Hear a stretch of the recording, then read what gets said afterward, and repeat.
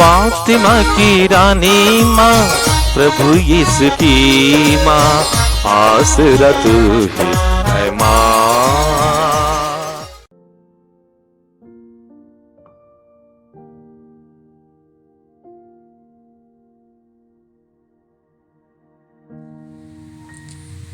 पहला पाठ एफेसियों के नाम संत पौलुस का पत्र, अध्याय 1, पद संख्याएं 1 से 10 तक। संतों और यीशु मसीह के विश्वासियों के नाम पौलुस का पत्र, जो ईश्वर द्वारा यीशु मसीह का प्रेरित नियुक्त हुआ है। हमारा पिता ईश्वर और प्रभु यीशु मसीह आप लोगों को अनुग्रह तथा शांति प्रदान करें। धन्य है हमारे प्रभु यीशु मसीह का ईश्वर और पिता। उसने मसीह द्वारा हम लोगों को स्वर्ग के हर प्रकार के आध्यात्मिक वरदान प्रदान किए हैं। उसने संसार की सृष्टि से पहले मसीह में हमको चुन लिया, जिससे हम मसीह से संयुक्त होकर उसकी दृष्टि में पवित्र तथा निष्कलंक बन जाएं।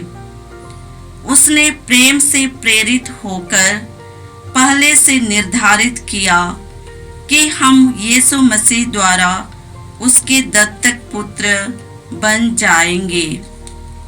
इस प्रकार उसने अपने मंगलमय इच्छा के अनुसार अपने अनुग्रह की महिमा प्रकट की है।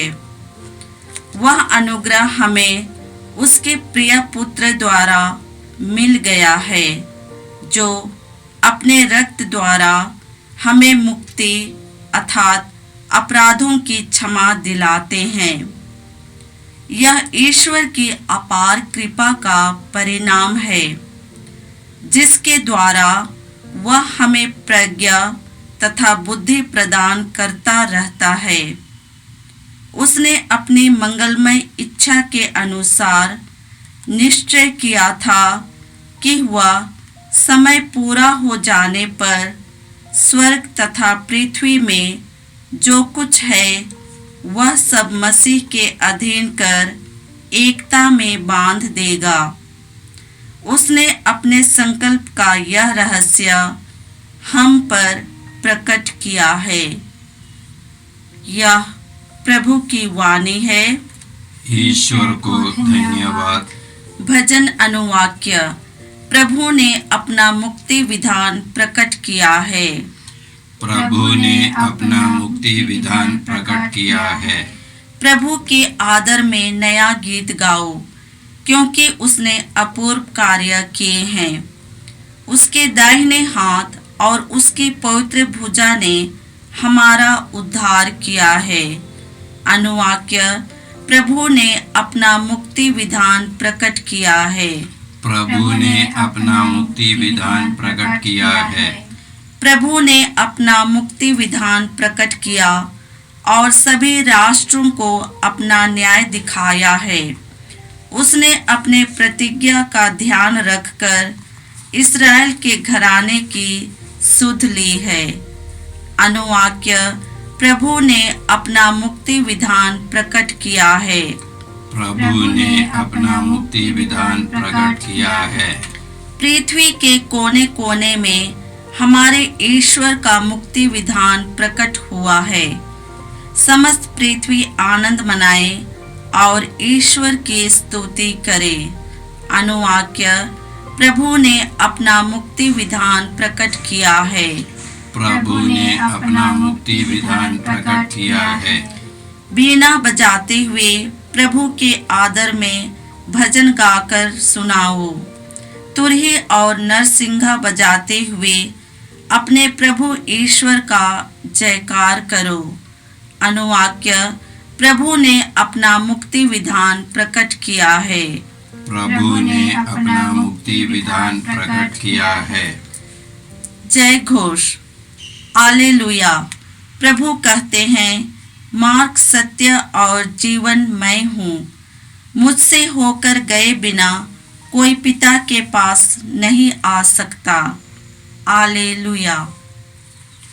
प्रभु आप लोगों के साथ हो और आपके साथ भी। संत लूकास के अनुसार पवित्र सुसमाचार प्रभु की जय। अध्याय 11 पद संख्याएं 47 से 54 तक। प्रभु ने कहा, धिक्कार तुम लोगों को, क्योंकि तुम नबियों के लिए मकबरे बनवाते हो, जबकि तुम्हारे पूर्वजों ने उनको मार डाला है।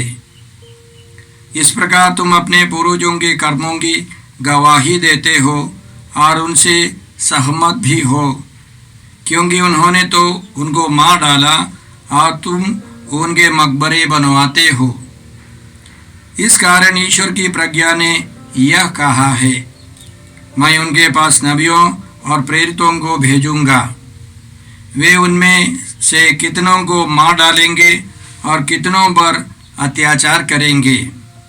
इसलिए संसार के आरंभ से जितने नबियों का रक्त बहाया गया है, हाबिल के रक्त से लेकर जकरियस के रक्त तक, जो वेदी और मंदिर गर्भ के बीच मारा गया था, उसका हिसाब इस पीढ़ी को चुकाना पड़ेगा। मैं तुमसे कहता हूँ, उसका हिसाब इस पीढ़ी को चुकाना पड़ेगा। आय शास्त्रियों, धिक्कार तुम लोगों को, क्योंकि तुमने ज्ञान की कुंजी ले ली। तुमने स्वयं प्रवेश नहीं किया और जो प्रवेश करना चाहते थे उन्हें रोका। जब यीशु घर से निकले तो शास्त्री और फरीसी बुरी तरह उनके पीछे पड़ गए और बहुत सी बातों के संबंध में उनको छेड़ने लगे। वे इस ताक में थे कि यीशु के किसी न किसी का धर्म में दोष निकाल ले। यह प्रभु यीशु का परम पवित्र सुसमाचार है। क्रिस्त की जय। जय यीशु। क्रिस्त में प्रिय भाई और बहनों, पहले पाठ में एफेसियों के नाम पत्र में संत पौलुस बाइबल का सारांश या मुक्ति योजना का सारांश बताते हैं। उनका कहना है, ईश्वर ने संसार की सृष्टि से पहले यीशु मसीह में हमको चुना, जिससे हम मसीह से संयुक्त होकर उसकी दृष्टि में पवित्र तथा निष्कलंक बने।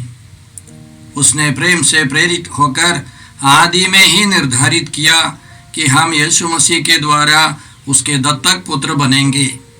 उसके दत्तक पुत्र या बनना ईश्वर की इच्छा है, योजना है।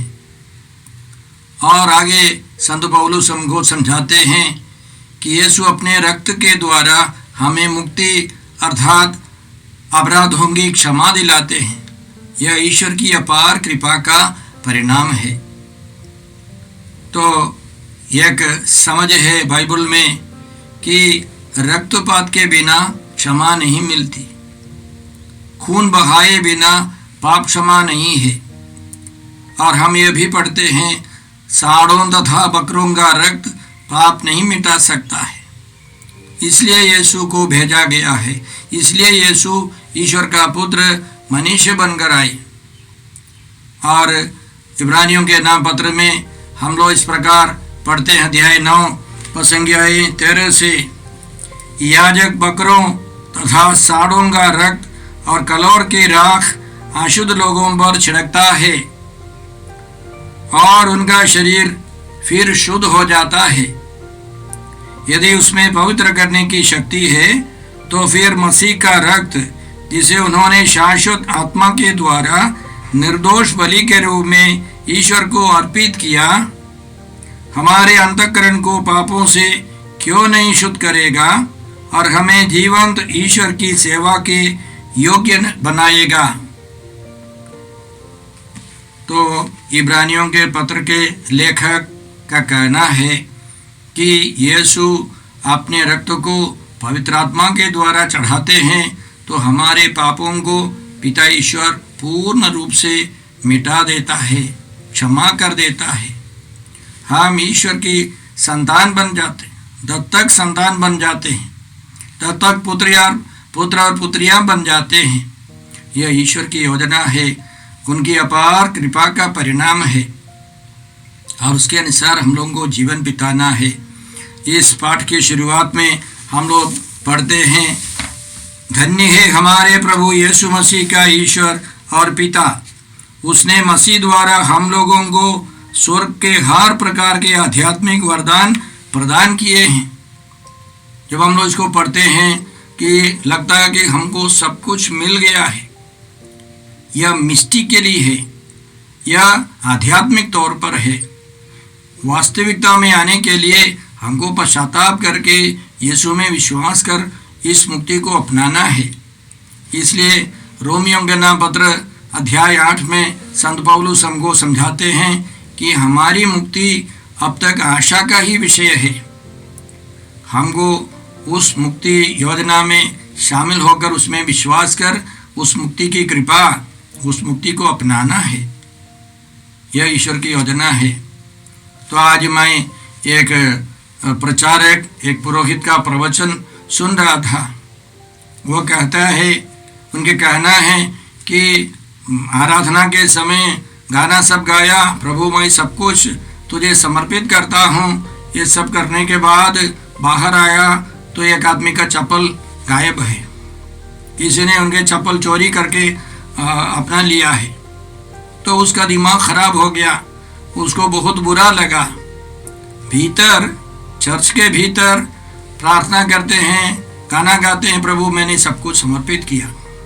लेकिन एक जोड़े जूते या चप्पल या कुछ सामान चोरी हो जाती है या गायब हो जाते हैं, मनुष्य विचलित हो जाते हैं। यीशु चाहते हैं कि हम लोग ईश्वर की संतान का जीवन, स्वतंत्र जीवन बिताए। इन दिनों हम लोग गलातियों के नाम पत्र से सुन रहे थे, पाठ सुन रहे थे, पहला पाठ, उसमें हम लोग पढ़ते हैं प्रभु यीशु ने हमको स्वतंत्र जीवन बिताने के लिए स्वतंत्र बनाया है। तो हम लोग फिर दास का मनोभाव धारण नहीं करें। इसके लिए हम लोगों को कृपा मांगनी है, प्रार्थना करनी है। सुसमाचार में प्रभु यीशु फरीसी और शास्त्रियों को धिक्कारते हैं। पूरी बाइबल में ईश्वर या प्रभु यीशु किसी को धिक्कारते नहीं, लेकिन केवल एक ग्रुप को, फरीसी और शास्त्री, जो धोखेबाज है या कपटी है, बाहर एक व्यवहार, भीतर एक स्वभाव, एक मनोभाव, उसको ईश्वर पसंद नहीं करता है। यीशु ऐसे लोगों के का विरोध करते हैं। केवल कितने भी बड़े पापी क्यों न हो, यीशु उनको बर्दाश्त करते हैं, उनको प्यार कर उनको समझाते हैं, उनको अपनाते हैं, उनको क्षमा करते हैं। लेकिन जो धोखा देता है, जो जानबूझ करके नाटक करता है, वे कृपा नहीं पा सकते हैं। कहने का मतलब यीशु चाहते हैं कि हम लोग बाहर भीतर पवित्र जीवन बिताए, हम ईमानदार रहें, क्योंकि यीशु खुद बोले, थके मांदे और बोझ से दबे हुए लोगों, तुम सभी मेरे पास आओ, मैं तुम्हें विश्राम दूंगा। मेरा जुआ अपने ऊपर ले लो और मुझसे सीखो, मैं स्वभाव से नम्र और विनीत हूँ। ईश्वर स्वभाव से नम्र और विनीत है और यीशु ईश्वर का स्वभाव हमको दिखाने के लिए आए। और यीशु की कृपा उन लोगों को प्राप्त होगी जो स्वभाव से नम्र और विनीत है। जो अहंकारी है वो ईश्वर की कृपा नहीं पा सकता है। जो धोखेबाज है, जो बाहर से सब दिखावा मात्र काम करता है, उसको ईश्वर की कृपा प्राप्त नहीं होगी। और इतना सब सुनने के बाद भी वे लोग सब यीशु को मार डालने के प्रयास में है, ताक में है, और वे कभी जीत नहीं सकते। और अंतिम में पिलातुस ने सबों के सामने घोषणा की, मैं तो इसमें कोई दोष नहीं पाता। तो आइए हम प्रभु से प्रार्थना करते हैं कि हम ईश्वर की योजना को पहचान कर ईमानदारी का, नम्र और विनीत का जीवन बिता सके। हे पिता ईश्वर, हम तुझे धन्यवाद देते हैं इस मुक्ति योजना के लिए। हम पापियों को तू अपने परिवार में ले लेता है। प्रभु यीशु के पुण्य फलों के कारण, उनके क्रूस मरण और पुनरुत्थान की कृपा से हमको पवित्र कर अपने परिवार के सदस्य बनाता है। हम धन्यवाद देकर प्रार्थना करते हैं कि हम लोग पश्चाताप करके, विश्वास करके इस योजना में, इस मुक्ति का अनुभव हम लोग कर सके। हम ये प्रार्थना करते हैं प्रभु क्रिस्त के द्वारा। हमारे प्रभु यीशु क्रिस्त की कृपा, ईश्वर का प्रेम तथा पवित्र आत्मा का साहचर्य आप सबों को प्राप्त हो। आमीन। जय यीशु क्रिस्त में प्रिय भाई और बहनों, प्रभु यीशु ने हमें आदेश दिया है संसार के कोने कोने में जाकर सारी सृष्टि को सुसमाचार सुनाओ। सुसमाचार सुनने के लिए और सुनाने के लिए एक अच्छा मौका है। आप कृपया इस चैनल का सब्सक्राइब करें, लाइक करें, शेयर करें, बेल आइकन दबाएं ताकि यहाँ की नई वीडियोस की सूचना आपको मिलती रहेगी। साथ साथ आप दूसरों को भी प्रेरणा दें इसका सब्सक्राइब करने के लिए। याद रखें, कल के मिसा के दैनिक पाठ और उस पर टिप्पणियाँ आज ही दोपहर के बाद हम लोग अपलोड करते हैं। कृपया आज ही उसको सुनकर कल की तैयारी करें। प्रभु यीशु आपको और आपके परिवार को 100 गुनी आशीष देंगे। जय यीशु।